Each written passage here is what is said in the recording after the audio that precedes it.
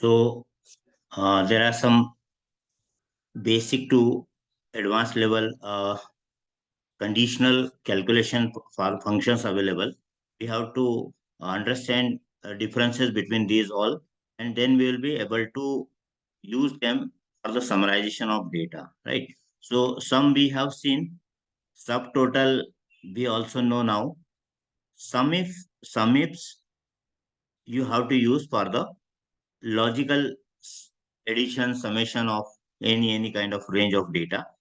Average, similar way, we will be using for the finding out the average values in the given specified range or number of columns.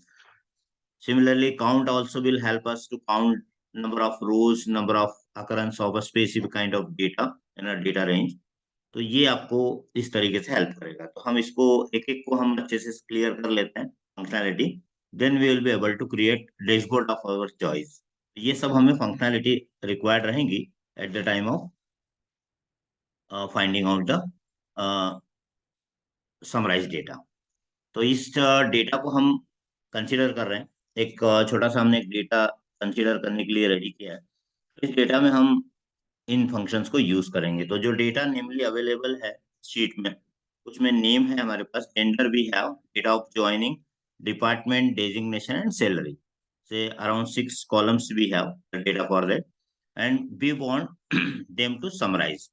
तो summarization के लिए dashboard के लिए you don't require the data in a tabular form.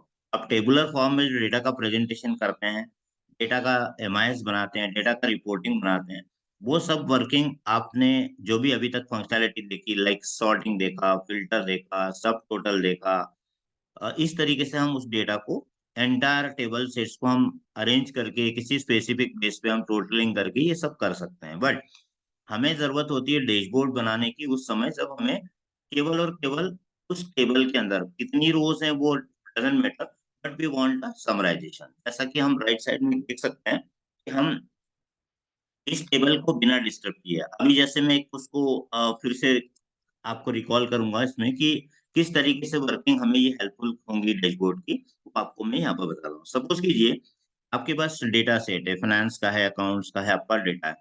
There are couple of rows से आपका couple of thousands रोज हैं आपके पास, से अकाउंट्स का या डेटर्स का, आपके क्रेडिटर्स का, आपके पास बहुत बड़ा डेटा है। अब आप उसको टोटल करना चाहते हैं, राइट? तो टोटल करते समय हम क्या करते हैं कि हम उसको नीचे जाकर यहाँ पर हम समेशन लगा लेते हैं, राइट? जितना भी ये तक हमने लर्निंग किया उसका हमें क्या रिजल्ट मिलता है वो आपने अच्छे से समझ लिया है। तो जैसे हम लोग यहाँ टोटल लगा लेते हैं या सब टोटल फंक्शन से लगा लेते हैं, राइट? तो इससे क्या होता है कि आपको डेटा पूरा दिखेगा। It will be visibility will be on for each and every row. ये सब कुछ दिखेगा आपको, ठीक है? अब each time management doesn't require all the data, they just have they want figures. So figures पे अगर आपको फोकस करना है तो इस तरीके का जो वर्किंग अभी तक हमने सीखा, that is not helpful for the management to take the decision. तो बेसिकली आज हम सीखने वाले हैं जो वर्किंग देखेंगे वो डिसीजन मेकर्स के लिए है, डिसीजन मेकिंग के लिए है कि हम किस ट्रेंड पे जा रहे हैं, डेटा कहाँ किस तरीके से ग्रो हो रहा है, and what are the outcomes and what are the results, और we have to take make the decision on the basis of that specific results. तो ये करने के लिए हम कभी भी टेबल का डेटा किसी को भी दिखाएंगे नहीं। हमारे इसमें हजारों रो हो सकती है, लेग्स ऑफ रोज हो सकती हैं, but summary will be on a single cell, single इस पर दिखना चाहिए। जैसे कि आप अकाउंट फील्ड से हैं तो आपको पता ही है कि आप पूरा डेटा इतना 365 डेज का जो डेटा पॉपुलेट होता है, that you summarise in panel accounts. Like balance sheet आप बनाते हैं और बैलेंस शीट में आप पूरी एक समरी बता देते हैं कि लाइक हमारा ऑर्गेनाइजेशन का पूरा थ्रू आउट द पूरा फाइनेंशियल ईयर में स्पेसिफिक पीरियड में क्या परफॉर्मेंस रहा है। तो ये सब आप at a glance balance sheet में दिखाते हैं। तो हम कह सकते हैं कि that the balance sheet is equal to your dashboard. आप एक्सेल में जब भी डेटा पूरा ग्रो करेंगे, पॉपुलेट करेंगे, ये will summarise. This is the objective of this functions which is known as a part of MIS dashboard, right? तो ये कैसे होगा ये देखते हैं। अभी हमने क्या किया, हमने इसको टोटल लगा दिया नीचे की तरफ देगा, but suddenly I want to know about some specific kind of total. Means मुझे सिर्फ अकाउंट्स डिपार्टमेंट का ही डेटा समराइज करना है, समेशन चाहिए, एवरेज चाहिए, काउंट चाहिए। आपके मुझे स्पेसिफिक डिमांड है, स्पेसिफिक रिक्वायरमेंट है। तो ऐसे केस में मुझे इसको क्या करना होता है, या तो डेटा को सॉर्ट करना होता है या सब टोटल करना होता है, जब मुझे पूरा डेटा को फिर से रीअरेंज करके टोटलिंग करना होती है। तो it is a very lengthy process and cumbersome as well, right. तो हम इसके लिए क्या करेंगे, हम इस तरीके से टेबल को डिस्टर्ब नहीं करेंगे। हमारी जो टेबल बनी है उसमें डेटा कितना भी हो, हमें उसको डिस्टर्ब करने की जरूरत नहीं। अब डैशबोर्ड कहाँ बनाए, समरी कहाँ बनाए, समरी या डैशबोर्ड कहाँ बनाए, तो it is up to you. You can create on a same sheet, you can create on a new work, ठीक है, doesn't matter. You can in fact create a dashboard on a different workbook also. आप किसी भी workbook में dashboard इसका बना सकते हैं। जो डेटा आपका ग्रो हो रहा है that is being stored on a single workbook, and MIS and dashboard and reporting tools we have provided in additional extra workbook, new workbook में भी आप उसको काम कर सकते हैं। तो there is no bar, there is no restriction as such कि आप कहाँ बनाए, ठीक है। तो मैंने अभी आपको फर्स्ट फेज पे इसको विजुलाइज करने के लिए स्क्रीन पर यहीं पर बना के दिखा रहा हूँ, ताकि आपको कंसेप्ट क्लियर हो जाए। You will be free to you, क्योंकि कल मैंने जब तक आपको भी लुकअप अभी मैंने फंक्शन बताया था, that time I showed you that we can refer the data, source data from any workbook, any worksheet. केवल आपका क्या ऐड होता है, वर्कशीट का नाम, वर्कबुक का नाम, that is additionally added, nothing else, right. तो यही वर्किंग, यही कंसेप्ट यहाँ पर भी एप्लीकेबल होगा। आइए हम स्टार्ट करते हैं और पता लगाते हैं कि किस तरीके की वर्किंग हम कर सकते हैं, ठीक है। तो जैसा कि राइट साइड में यहाँ ऑलरेडी मैंने फंक्शनलिटी लगा रखी है, मैं इसको डिलीट कर देता हूँ। और अब आपको मैं स्क्रैच से बताता हूँ कि कैसे हम डैशबोर्ड बना सकते हैं, ठीक है। अभी मैं स्क्रीन को फोकस कर रहा हूँ, जो कि डेटा मेरा यहाँ नहीं है। तो I created such kind of dashboard. मुझे फ्रिक्वेंटली जिन इंफॉर्मेशन की जरूरत पड़ती है उसका मैंने यहाँ पर डैशबोर्ड बना दिया। डैशबोर्ड क्या, किस तरीके का डैशबोर्ड, वो आप अपनी रिक्वायरमेंट के हिसाब से उसकी हेडिंग, कैप्शन, टाइटल जो भी चाहे वो कर सकते हैं। जैसा एग्जांपल के लिए हमें टोटल, सबसे पहले हम देखते हैं, मैं आपके सामने इधर फ्रेश क्रिएट कर रहा हूँ। इसको कॉपी कर लेते हैं स्ट्रक्चर को, और इस तरफ पूरा वाला, फिर आप इसको भी यूज कर देखेंगे, इसमें लगे हुए हैं तो आपको क्लियर होगा। और अब मैं इसको हटा देता हूँ, ठीक है। ये डैशबोर्ड, मैंने इसका नाम रखा डैशबोर्ड, MIS डैशबोर्ड। आप इसके जो टर्म्स हैं वो आपने ऑलरेडी यूज किए हुए हैं और आप यूज करते आए हैं। तो इस MIS dashboard, so that management can make a decision. अब हम ये जानना चाहते हैं कि इस डैशबोर्ड पर जितना भी सैलरी है पूरे सारे डिपार्टमेंट का, वो मुझे एक साथ यहाँ पर दिख जाए। तो हमने कहा, यहाँ पर हमने अपना कैप्शन लिख लिया, total salary of all employees. ये आप कैप्शन बदल सकते हैं, ठीक है, you can change as per your requirement. आप कैप्शन कुछ भी दे दीजिए, ठीक है। अब हम इसको कैसे करेंगे, हमें क्या चाहिए, हमें सभी का टोटल चाहिए। तो अगर आपको सभी का टोटल चाहिए तो आप कौन सा फंक्शन लगाते हैं, सम।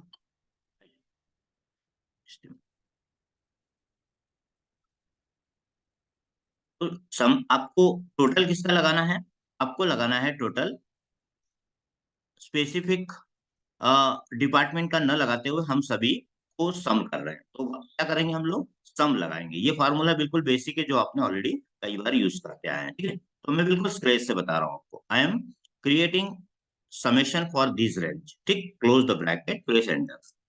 तो ये मुझे डैशबोर्ड क्या दिखाता है कि all the employees drawing salary is, इसका टोटल है 4,41,000, ये मुझे उसने बता दिया। अब मैं ये देखना चाहता हूँ कि अकाउंट, इसमें से अकाउंट्स डिपार्टमेंट का कितना है, परचेज का कितना है, फाइनेंस का कितना है। तो ये वर्किंग हम यहाँ पर अलग अलग भी दिखा सकते हैं। कैसे, अभी आप अकाउंट्स का देखेंगे, अकाउंट्स में 1 +2 +3 +4 आ रहे हैं, ठीक है।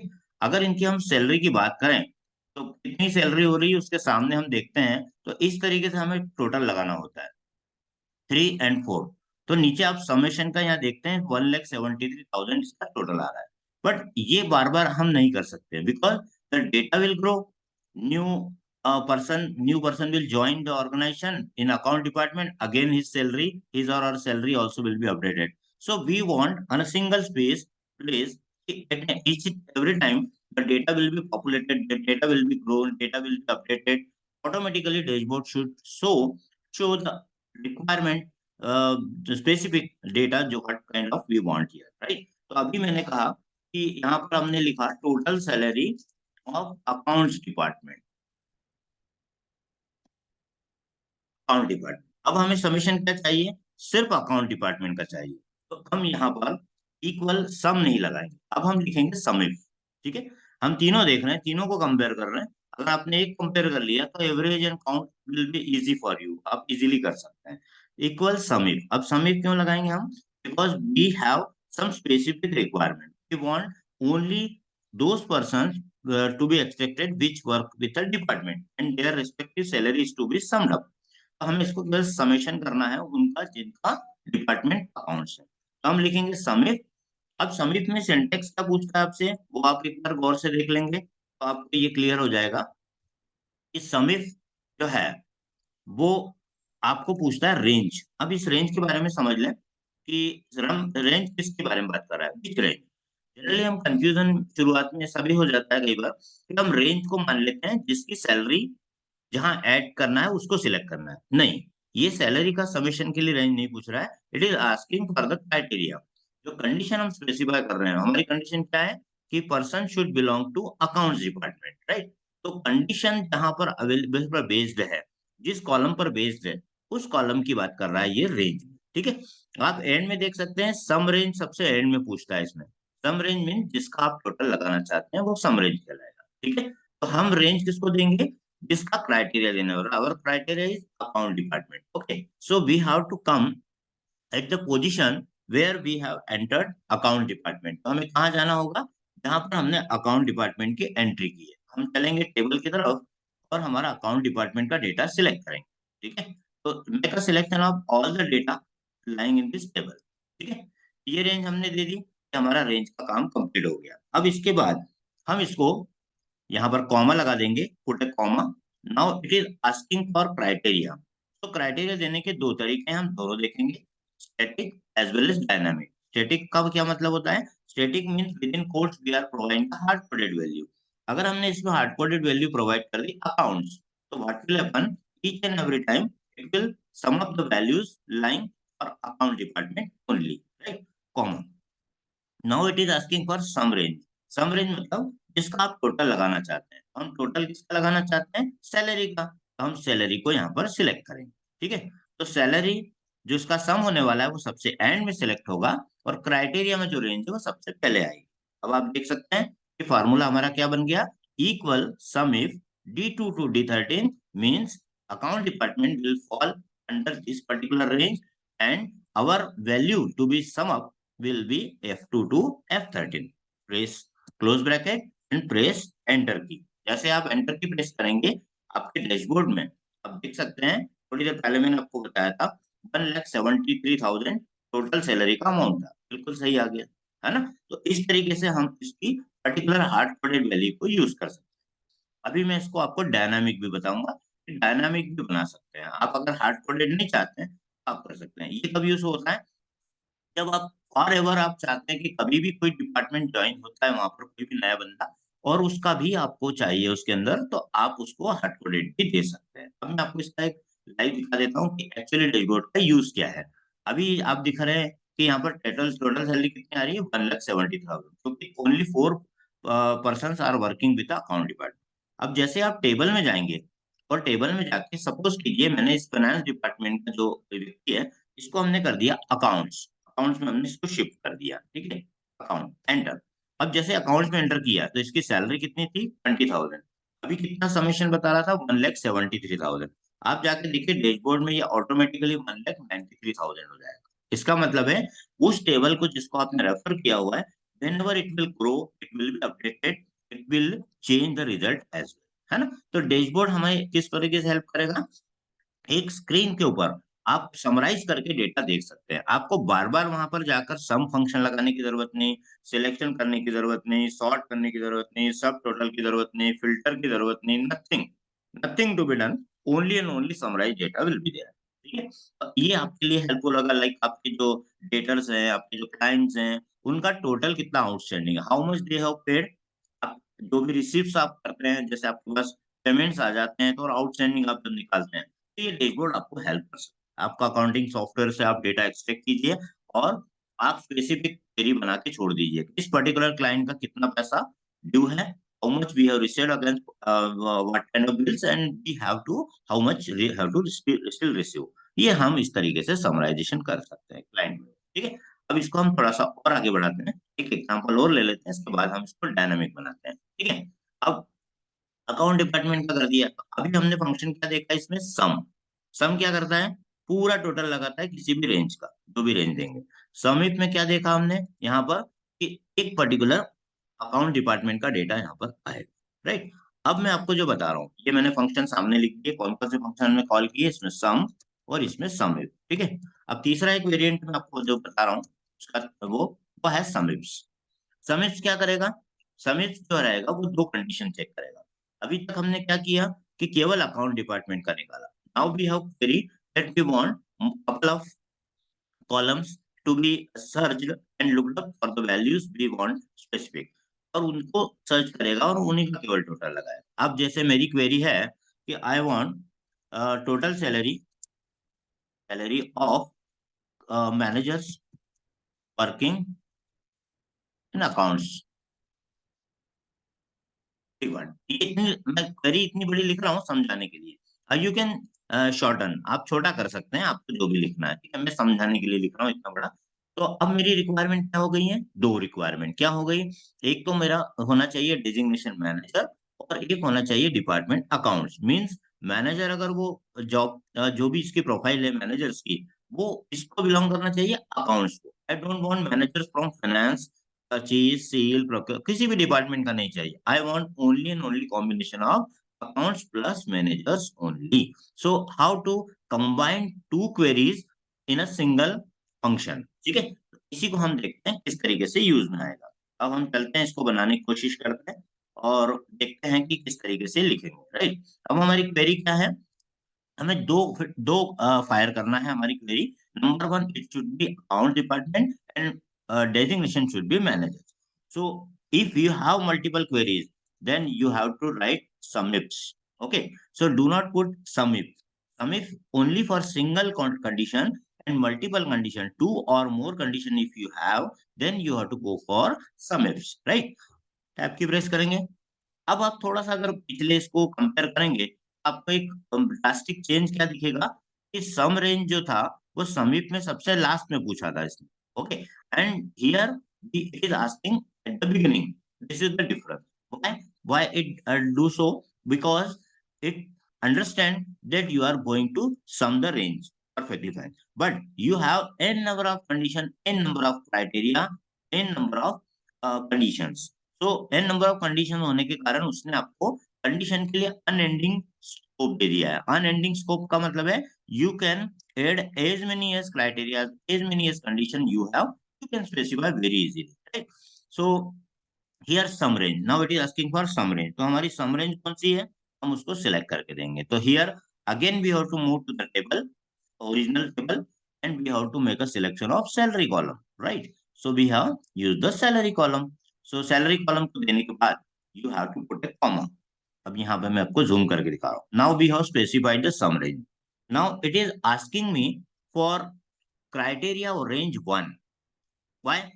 Earlier it was asking only criteria. Now it is asking criteria range one, right? Because it has feature to uh, uh, uh, apply n number of conditions. So range one, range two, range three, and so on. Okay. So what is the condition over in this case? That is, we want to the data extraction from accounts department, right? So criteria range one says that we have to make a selection of accounts department. Perfect. So we will be selecting account department in this case. So we are selecting from table account department. Okay. Now I am selecting a range, but you can specify entire column also. Earlier I have told you that you can specify F column F also if you want, right? But make sure that particular F column has been reserved for department only.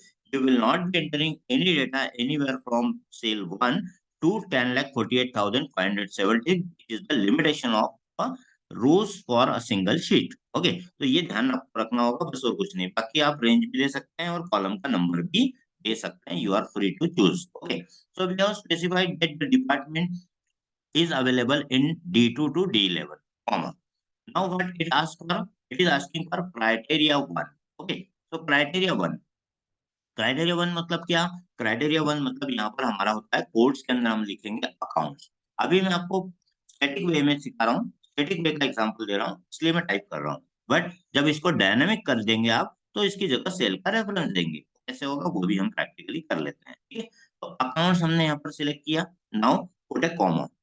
This the condition criteria one has been set. एक हमने condition specify कर दी है।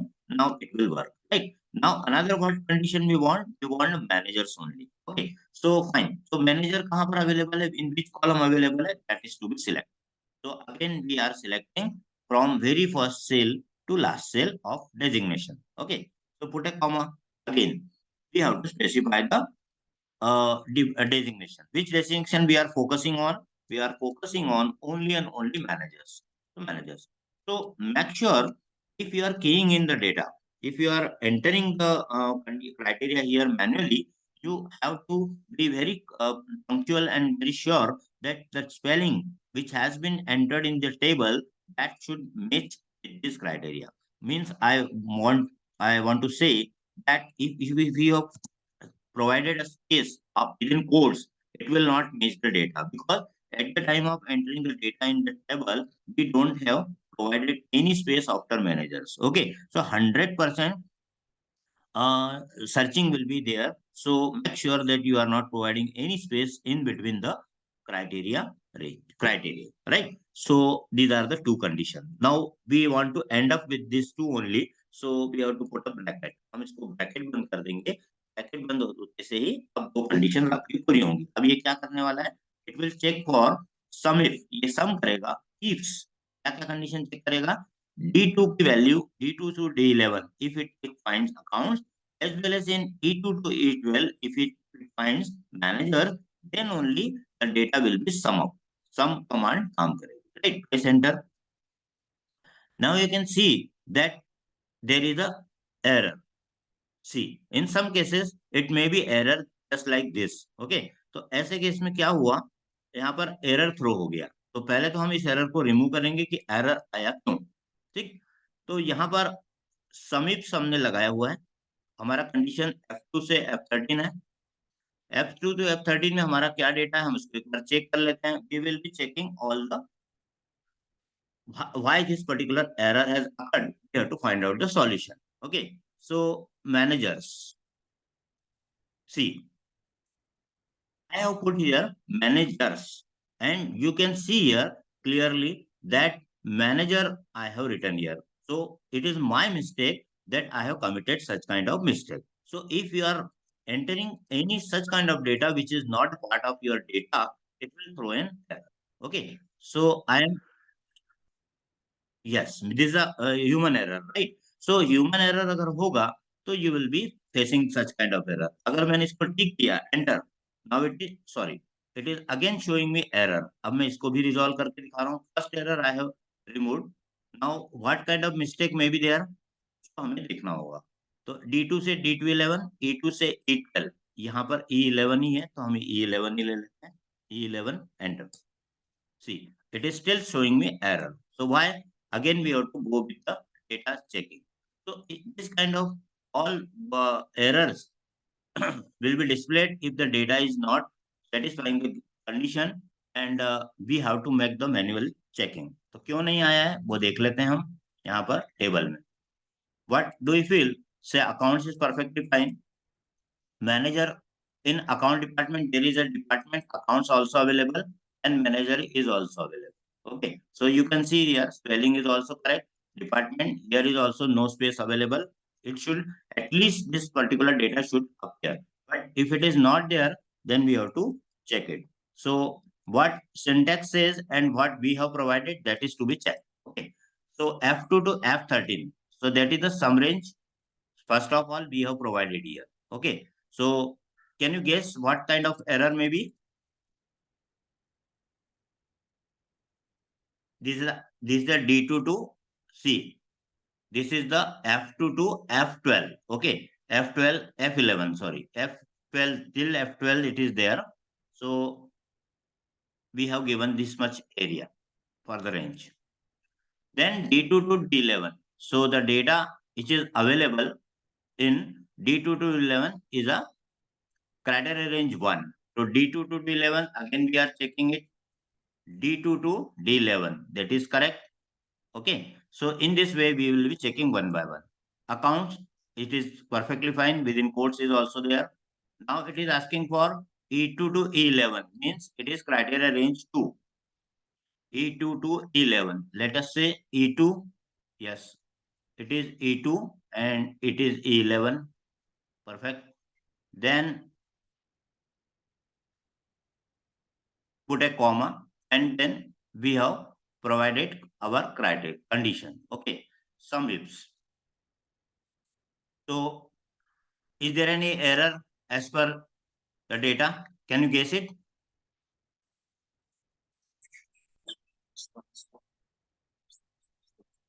Yes, it is satisfying. It is not available. It is showing a hash value error. Means some value which we are providing is not available as per it. Okay. So we can do one thing. We can delete this and we can try once again. Okay. So we will come to know sometimes if you are facing any as such mistake which is not logically incorrect, that time Excel what creates a desktop. It may be just because of desktop application version also. It may be possible that formula function is perfectly fine, but result is not coming n number of time if we are doing editing with this offline version, then it may be that it will not correct the error automatically. So we are trying once again, no problem. Submits. Submits also allow you to provide a single condition also. इसमें आप single condition भी लगाएंगे कोई issue नहीं. ठीक है. We are trying once again. Submits sum range. तो sum range कहाँ है हमारा? हमारा डेटा उस तरफ जाएंगे हम. Submit 18 था. यस. थोड़ा F13. Okay fine. So F2 to F13. Perfect. Then put a comma. Then we have to provide a first condition. What is first condition? That is account. तो उसमें आपने क्या पूछा? Criteria range 1 where accounts is lying. That is an account department. So we will be selecting department accounts F2 to F13. Then put a comma.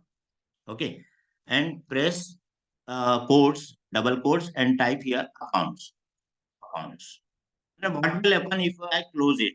Let us see it. Enter. आप देखिए वहां पर जाके the figure is coming as same as. देख सकते हैं आप कि sumifs also will work for a single criteria as well. The same result will be there as the sumif, but this is specially use for condition for more than two. Two दो या दो से ज्यादा के लिए use करते हैं. Now we are adding one more comma.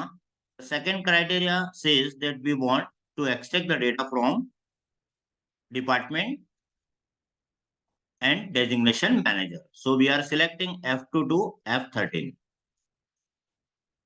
So again E2 to E13 we have provided, put a comma. Within quotes we are typing here manager.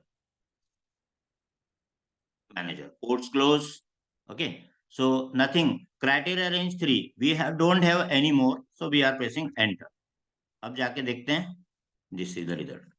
So it means something data which has been keyed in, that time some error may occur. So we will be typing. If we don't want to waste our time, we can retype it. Otherwise, we can find it out also. But I have told you that as this is a desktop version of Microsoft Excel, so it may be that n number of times if a particular cell is being edited, it may generate wrong results also. I have observed it and I have practically done it, and I also faced it. In that case, we can delete and retype. No problem, it will be there.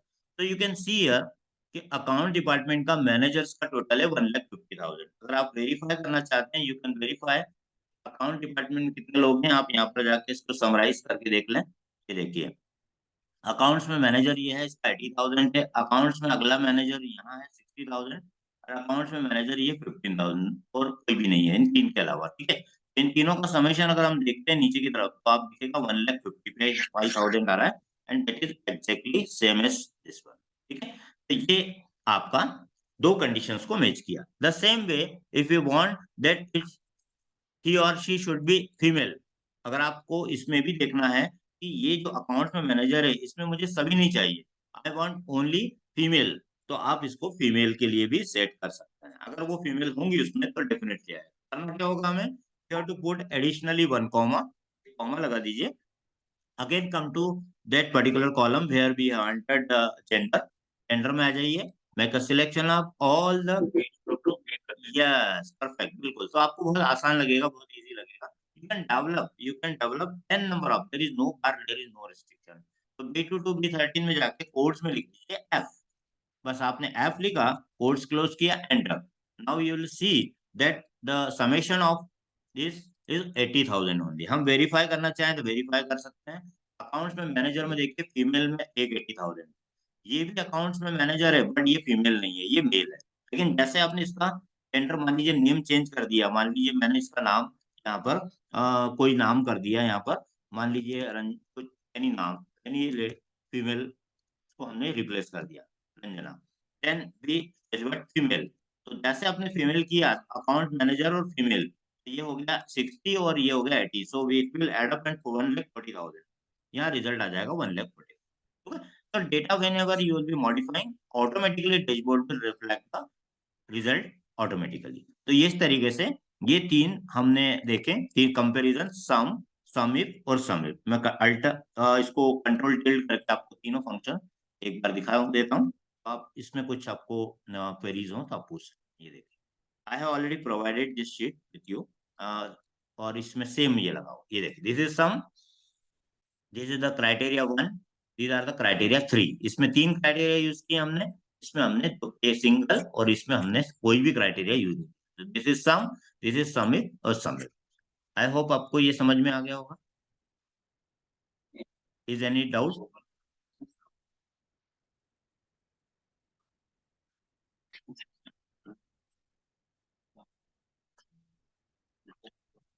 Yes.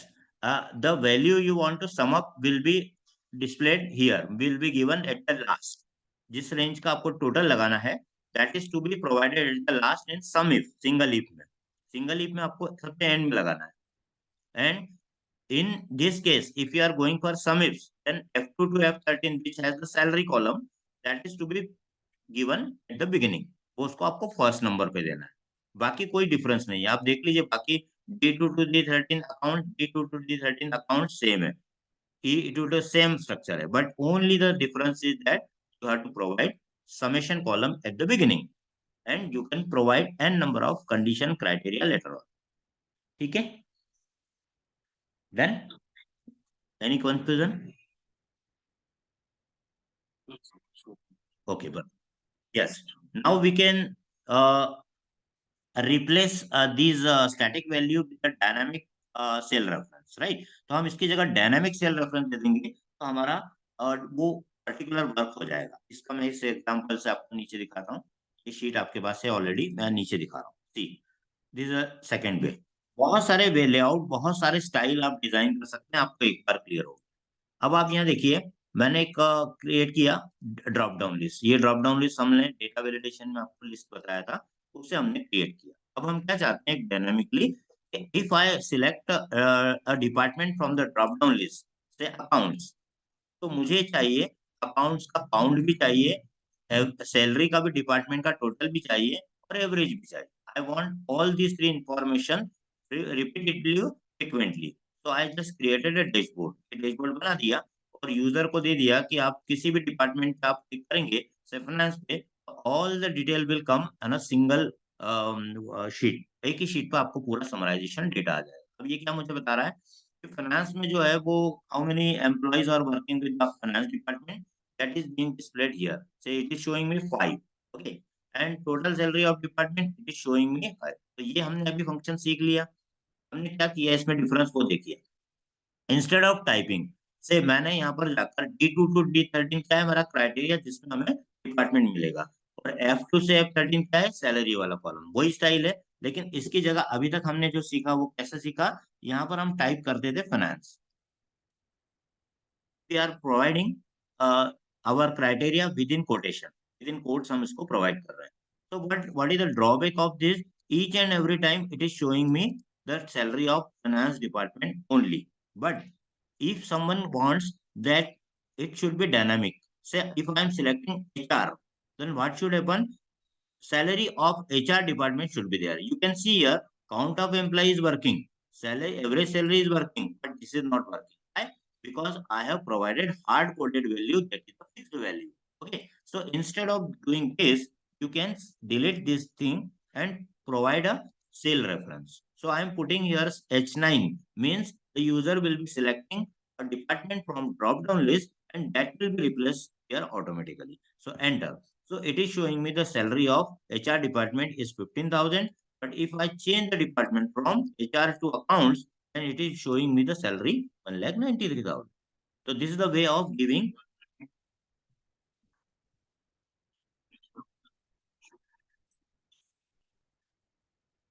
Yes, definitely. This drop down list which we have created, that must have the exact value which is in our table.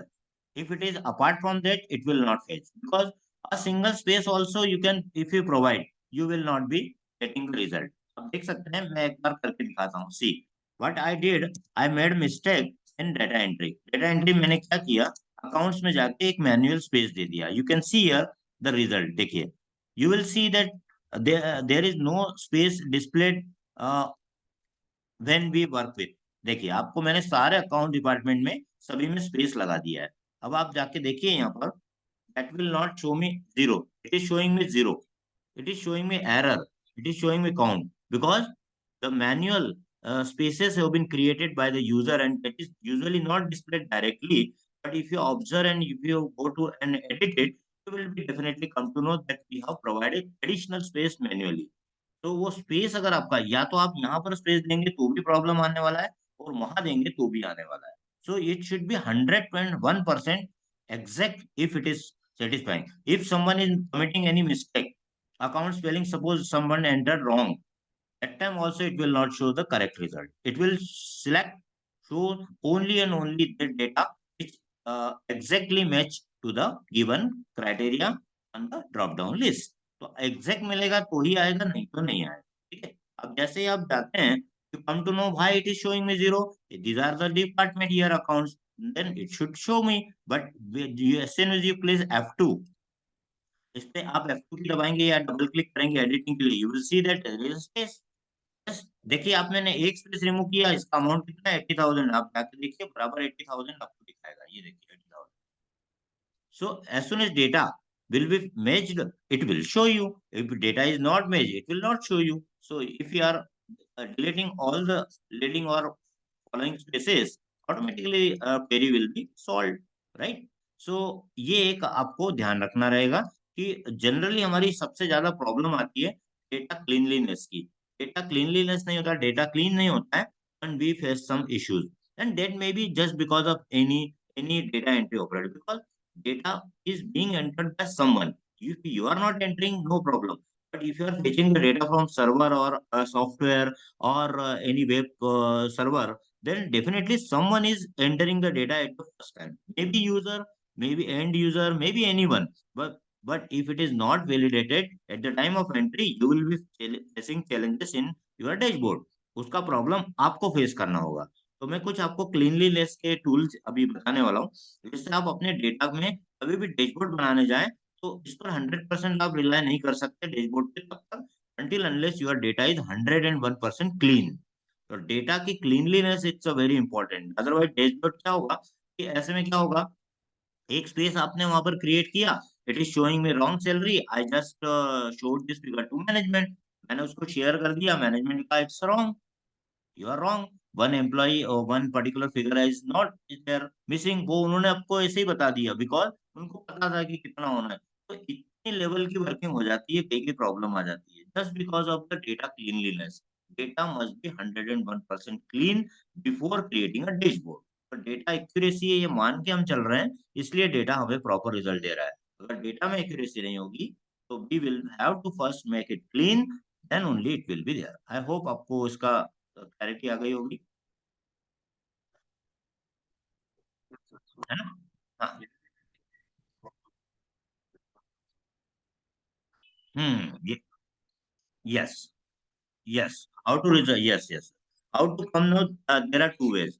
one one way that I earlier discussed with you, that if you are the person who is allowing to the data entry, अगर आपने वो data entry का design किया है, data entry जब आपकी होने वाली है, तो मैंने आपको एक सजेस्ट किया है, you already you apply all the data validation eight the time of entry.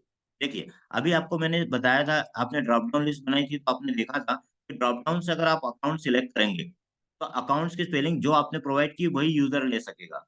Data validation में हमने देखा कि if you are trying to create a single space also, it will not permit me. So 100% data accuracy आएगी ना, है ना। एक एक ये हुआ। अब ये बात कब होगी, when you are designing a data entry screen, data entry table, data entry form आप बना रहे हैं, डेटा करवा रहे हैं, तो आप कहेंगे it's okay.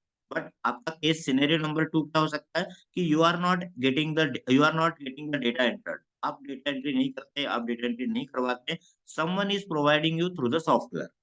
So there are several functions available which will allow us to clean the data। ये कैसे होता है, मैं एक पर्टिकुलर सेशन में आपको सारा क्लीन करना बताऊंगा।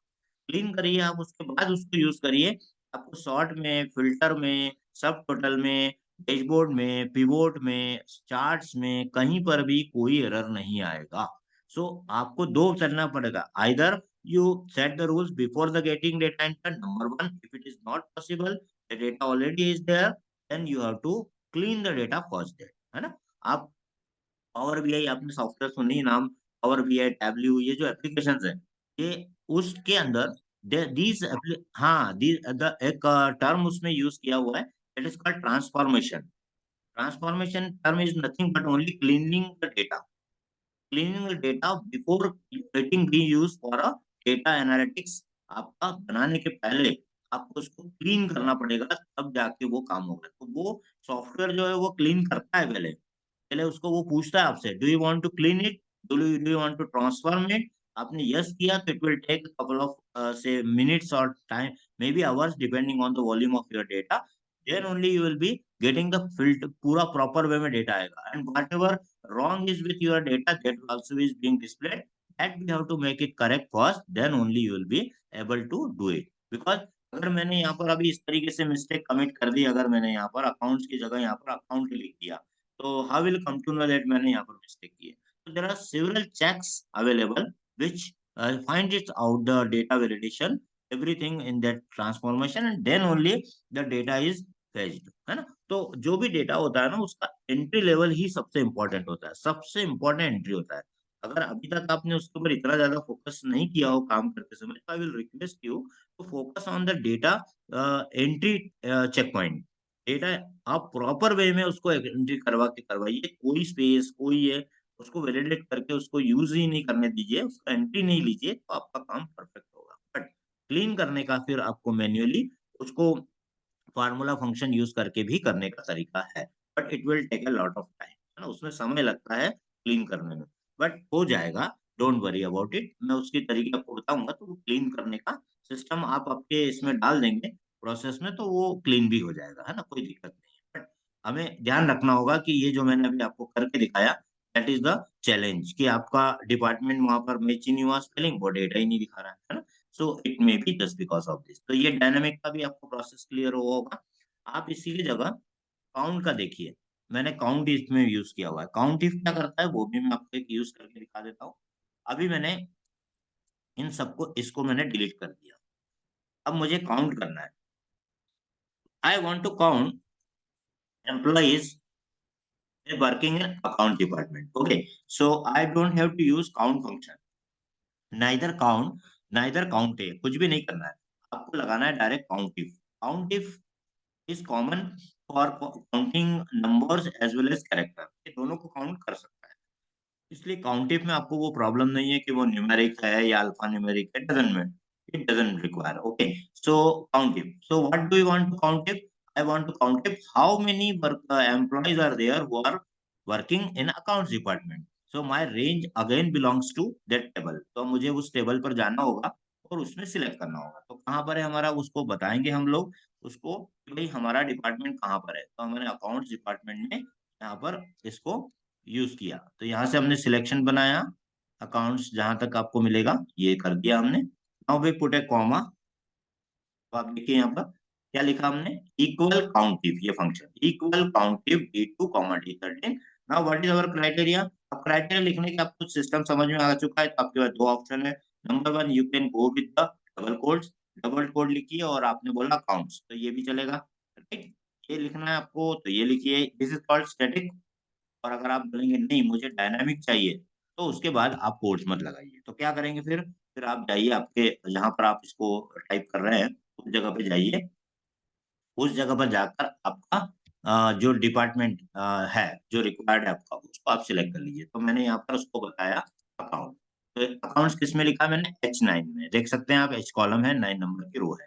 तो इसको ब्रैकेट को क्लोज कर दीजिए। This is called dynamic reference. Okay, enter. So you will see that it is showing me the count of employees 5। Again the same rule, account की स्पेलिंग अगर सेम होगी तो बिल्कुल मैच करेगा। अगर आप यहाँ जाके चेंज करते हैं, मान लीजिए अकाउंट डिपार्टमेंट में से आपने इसको फाइनेंस में चेंज कर दिया, फाइनेंस। अब ये एक बंदा शिफ्ट हो गया वहां से, तो अब 5, it will not show you 5, it will show you updated result 4। अब नीचे जाके देखिए, this is showing me 4। Okay, so counting also will be updated. So you can use and as many as this dashboard functionalities function for your target results, जो भी आप चाहते हो। आपको काउंट की जरूरत पड़ती है तो काउंट फंक्शन लगा लीजिए।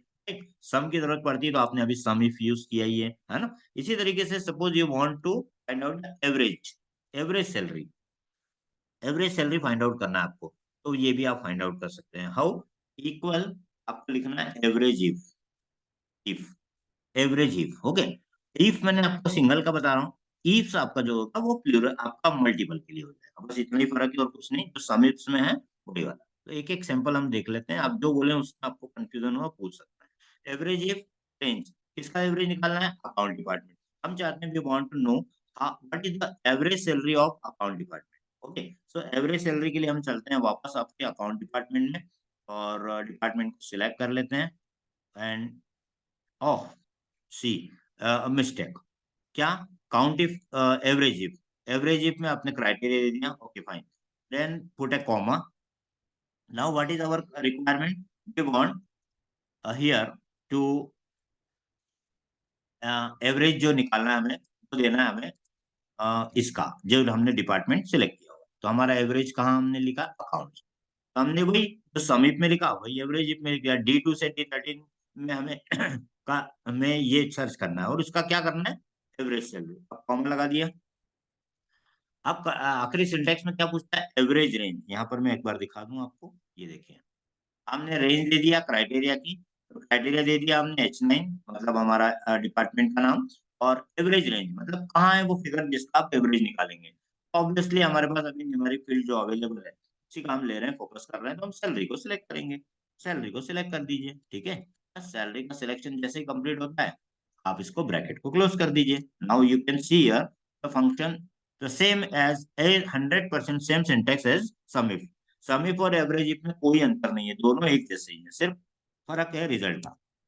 एंटर करते हैं हम लोग, हम देखते हैं यहाँ पर कि हमारा एवरेज निकल के आ गया 2825। Any point of time if you want to confirm, I will request you to manually check once only a single formula. कोई भी फार्मूला, कोई भी फंक्शन, कोई भी रिजल्ट जनरेट करे, डोंट बिलीव ब्लाइंडली। कभी भी इस पे बिलीव ना करें, बिकॉज मैंने अभी आपसे कहा है कि डेटा की रिडंडेंसी, डेटा की क्लीनलीनेस मैटर्स। वो अगर हमने इग्नोर किया तो हमें दिक्कत आना है ना। तो हम कैसे चेक करते हैं हम लोग, मैं भी हमेशा कभी भी एक्सेल पे ब्लाइंडली बिलीव नहीं करता हूँ। मैं चेक करता हूँ, कैसे करता हूँ, मेरा कंडीशन क्या था, मेरा क्राइटेरिया क्या था, मुझे अकाउंट्स के डिपार्टमेंट के जितने लोग हैं उनकी सैलरी का एवरेज पता लगाना है। तो मैंने क्या किया कि अकाउंट डिपार्टमेंट का जितनी सैलरी है उसको कंट्रोल के साथ सिलेक्ट किया। आई select one by one using control की। कंट्रोल की को होल्ड करके रखना है, अकाउंट डिपार्टमेंट को आप सिलेक्ट करते जाइए। और कोई है, yes, okay fine. Now at the bottom you see here the average. आप इसको देखेंगे तो यहाँ नीचे की तरफ आप देखिएगा, ये देखिए बॉटम एवरेज बता रहा है 28250। ये 28250 है, ये इसका एवरेज सैलरी है। तो अगर आपका एवरेज सैलरी आपने कंफर्म कर लिया है यहाँ से, तो आप देखिए रिजल्ट भी 28250 आना। If it is showing 28250, it means it's 101% correct. मैं आपको गारंटी से कहता हूँ कि इसमें कोई मिस्टेक नहीं होगी, कभी दिक्कत नहीं आएगी। दिक्कत, problem you will be facing only and only that case, and we are either making committing mistake in the given criteria or in the source data in the table. उन दोनों में कहीं कोई मिसमैचिंग होगा तो ही दिक्कत आना है, नहीं तो कभी दिक्कत नहीं आती है ना. Exactly what this data I have used for the just demonstration purpose only, so it's a very less rows, but if you deal with a couple of thousands or lakhs rows, you will be enjoying this feature. Very interesting, very useful to summarize all the data on a single screen. Whenever the data will be updated, someone is working with the data set, you will be enjoying all the features, right? तो ये बहुत ही interesting है dashboard, और आप इसको देखिएगा, आपके इसमें आपको बहुत यूजफुल रहेगा. आप इसको बस एक काम और करिएगा, तो भी table, the table you are using, I always convert into in table. मैंने आपको एक टेबल का फीचर बताया था, याद होगा आपको, ड्रॉप डाउन लिस्ट में मैंने बताया था कि है ना, control T. Yes yes exactly. तो उसको उसका उसका फीचर आप एंजॉय करिएगा हमेशा कंट्रोल टी करके. उससे क्या होगा benefit, if someone comes and add a new employ here, automatically dashboard also will update the same figure. Otherwise, what the selection we have made, that matters. मैंने suppose अभी first time में मैंने यहाँ पर डिपार्टमेंट का selection यहाँ तक किया हुआ है, ये है F13, right. But data will B growing, F14, F15, F16 ये चलेगा. तो that will not be updated in your this case dashboard. तो ये एक आपका चैलेंज हमेशा सब जगह पर फिक्स है एक्सेल में. तो आपको हमेशा ये इसको डायनामिक बनाने के लिए रेंज को आप हमेशा टेबल का यूज करिएगा. तो टेबल में क्या होगा कि यहाँ पे पॉपुलेट होगा, नई रो आ जाएगी, that also will be included in your target dashboard. उस पर भी अपने आप रिफ्लेक्शन आ जाएगा, राइट. तो एक ये वर्किंग तरीका हो गया इसके अंदर से. अब एक मैं आपको केवल आपके नॉलेज की इसलिए बता रहा हूँ, इंटरेस्टिंग बनाने के लिए, कि आप डैशबोर्ड को डायनामिक में, एक स्ट्रिंग में भी डायनामिक कैसे यूज कर सकते हैं वो देखिए. अभी आप देखिए, पहले इसको मैंने क्या किया है, यहाँ पर I have created a drop down list. आप देख सकते हैं ऑफिसर, ठीक है. I have provided a dashboard here and allowing to select the officer, clerk, manager, जो भी मेरे डेजिग्नेशन है मैंने उसमें सिलेक्ट किया. जैसे मैं मैनेजर्स पे क्लिक करता हूँ, आप गौर से देखिए यहाँ पर क्या लिखा हुआ आ रहा है, काउंट ऑफ मैनेजर्स. मीन्स इसको भी आप डायनामिक बना सकते हैं. ये जो स्ट्रिंग है इसको भी आप डायनामिक बना सकते हैं. ये कैसे होता है वो देखिए, मैं एक बार और दिखाता हूँ. I change to officer. तो आप देखिए यहाँ पर count of officer, total salary of officer, average salary of officer आ गया, और इनका ये जो आ रहा है ये भी उसके अकॉर्डिंग अपने आप हो गया, ठीक है. ये कैसे दिखा सकते हैं आप वो देखिए. इस पे डबल क्लिक करना है आपको, कुछ नहीं, मैं इसको डिलीट करके फिर से दिखा देता हूँ. ये देखिए मैंने इसको डिलीट किया. तो आप इस तरीके से कोई डायनामिक स्ट्रिंग बनाना चाहते हैं तो आप डायनामिक स्ट्रिंग भी बना सकते हैं. आगे मैं एक और फंक्शन आपको कॉन्केटिनेट फंक्शंस में बताने वाला हूँ, उस समय इसका फिर रिपीटिशन होगा. तो अभी एक बार मैं आपको यहाँ पर, चूंकि रिलेवेंट है इसलिए दिखा रहा हूँ, हमें क्या प्रिंट करना है, काउंट ऑफ. तो हमने काउंट ऑफ को कैसे लिखना है, कोट्स के अंदर, ठीक है.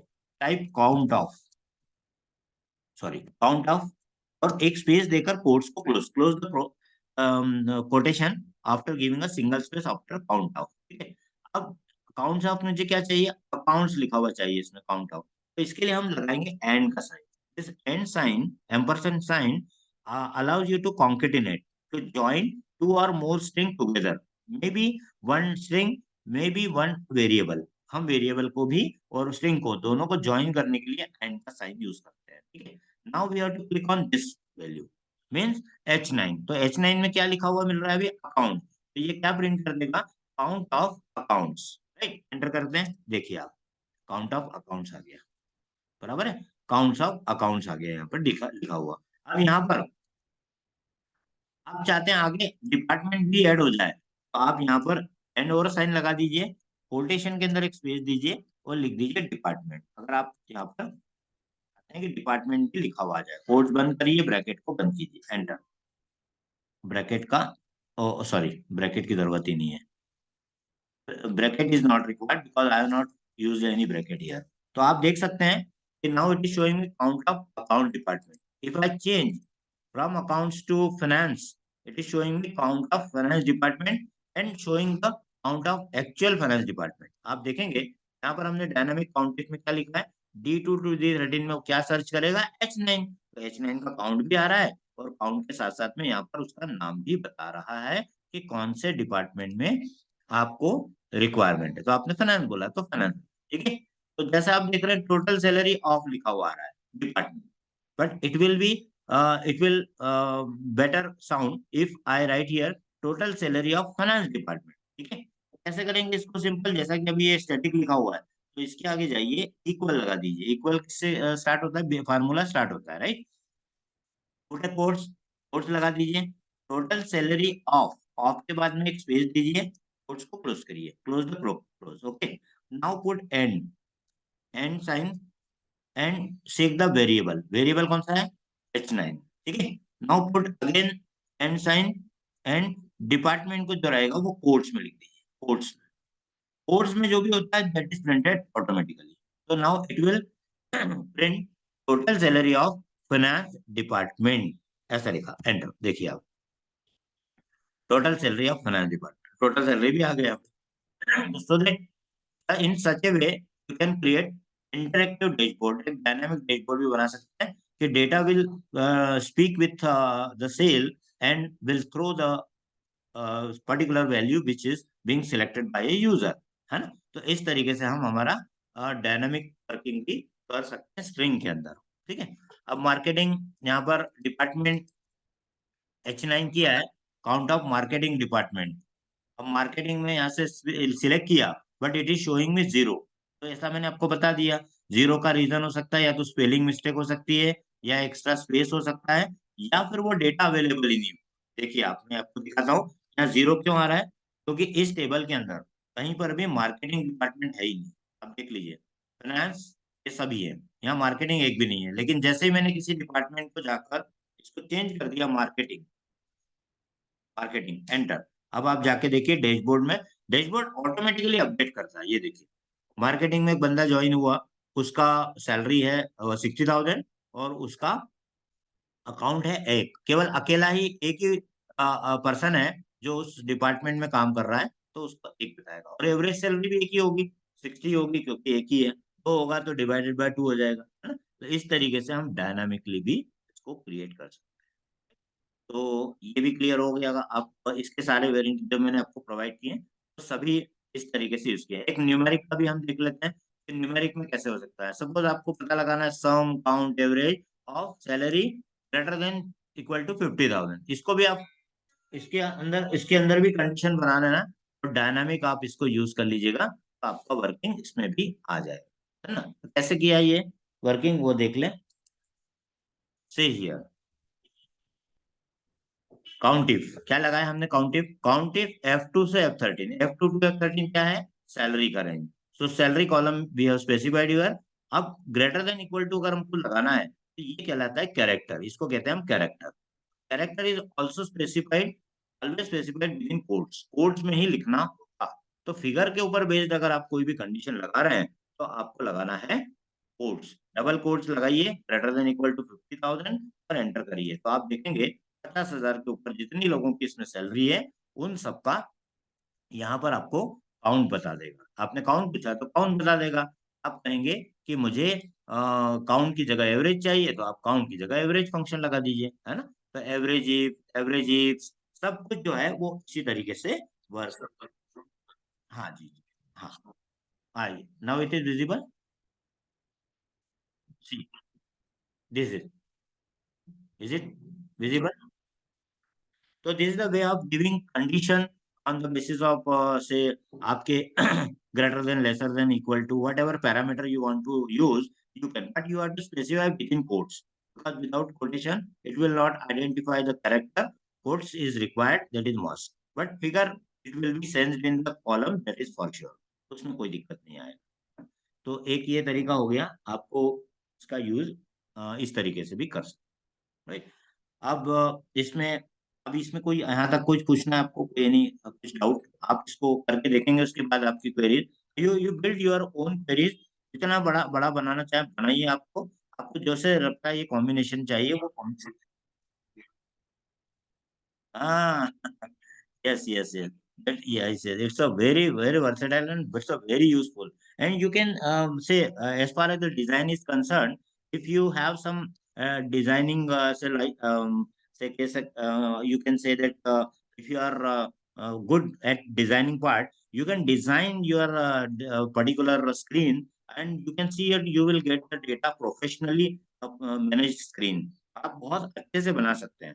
आप सिंगल बोर्ड बना दीजिए और ये सारे फंक्शन जो है वो आपकी जो फ्रीक्वेंसी जो फंक्शन आपको लगता है उसकी आप एक वर्किंग पूरी स्क्रीन पर रख दीजिए, और मैनेजमेंट के साथ वो आपने स्क्रीन शेयर किया, आपका डेटा पूरा चलता रहेगा, उनकी स्क्रीन पे उनको शेयर कर दें, वो स्क्रीन पे दिखता रहेगा, तो उन्हें कुछ भी पूछने की जरूरत नहीं, not a single.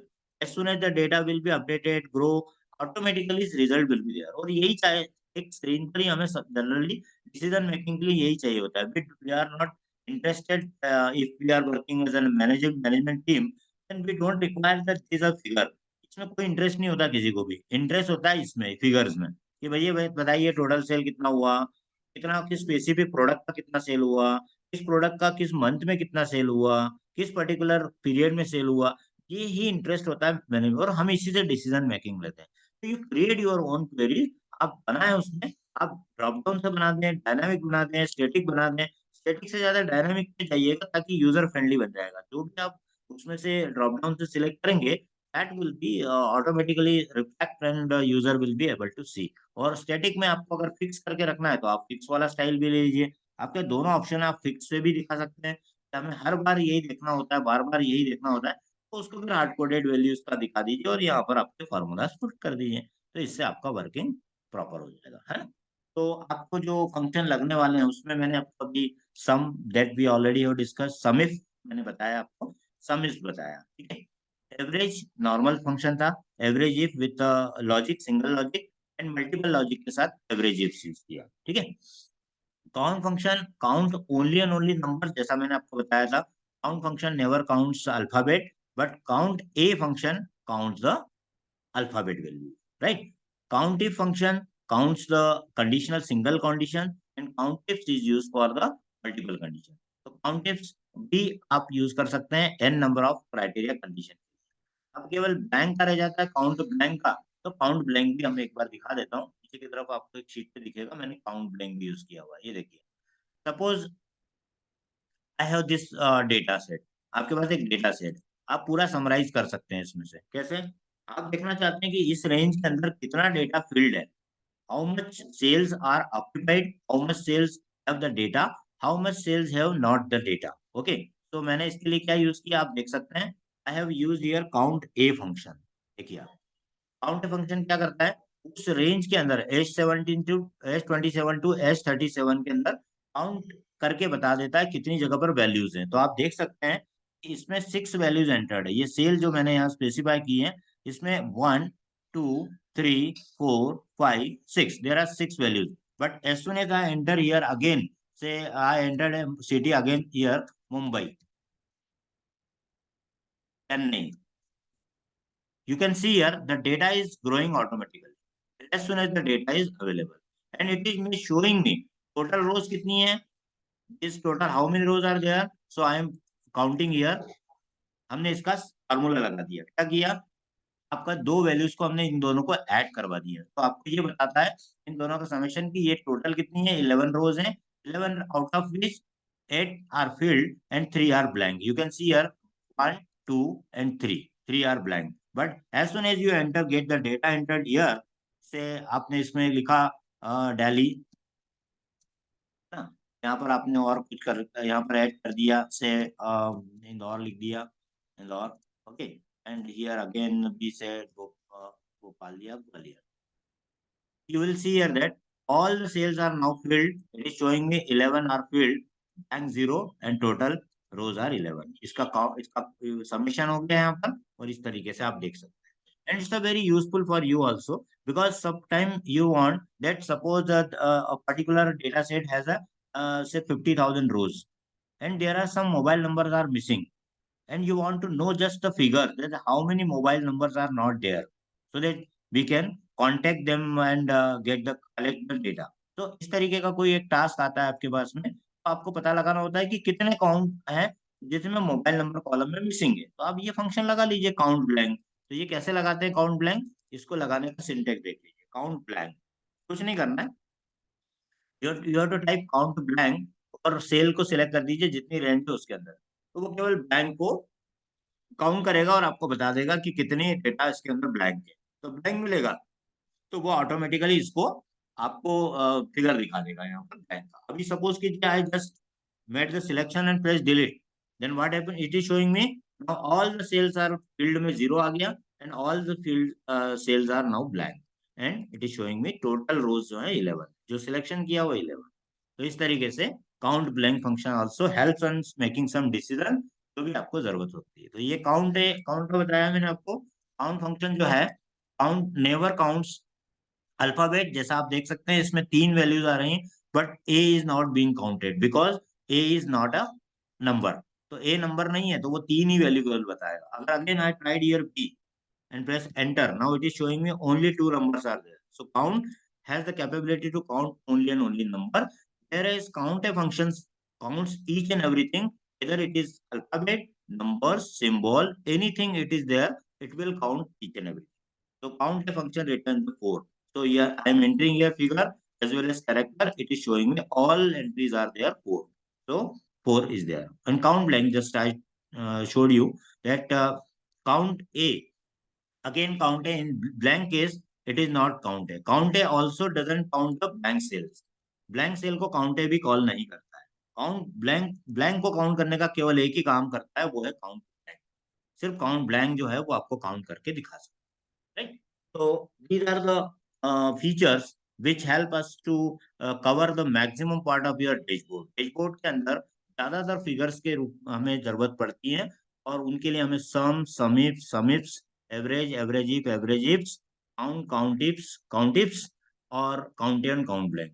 These are the major functions which are used for creating a dashboard. यही होता है और कुछ भी नहीं होता है। सिर्फ आप इसकी हेल्प लेते हैं, ड्रॉप डाउन की हेल्प लेते हैं। There are so many features you have learned so far. You can take help them as well and create a interactive and dynamic dashboard, which will help you a lot in summarization of your data. You can see all the results at once on a single, right? तो ये clear हुआ आपको कुछ? इसकी practice करेंगे हम, है ना? तो you create your own dashboard. If you face any challenge, any problem, let me know. So we'll be solving that one. So it's a very useful. So any big data, if you have, you create a single dashboard and leave it, so that you will be able to come to know each and every time you might have some requirements, such kind of requirement, that what is the current sale, or what is the say outstanding, what how much receipts are there, and how much payments I have to make, so that I can manage my funds. So there are so many things. Bank, what is the status of bank? What is the status of your debtors? What is the status of creditors, expenses, overhead, manufacturing? So many things you are dealing with on a daily basis.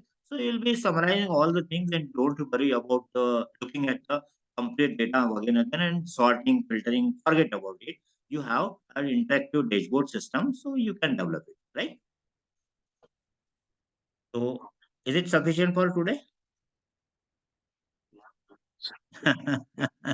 So it's interesting and useful as well. So you'll be enjoying all the features. Now we on remaining days also we will be learning such kind of working, which will help you a lot, because basic functionality you are dealing with on a daily basis. So might be that no challenge you are facing, but this will be very interesting and interesting, right? So we'll be meeting on tomorrow with a new. Thank you.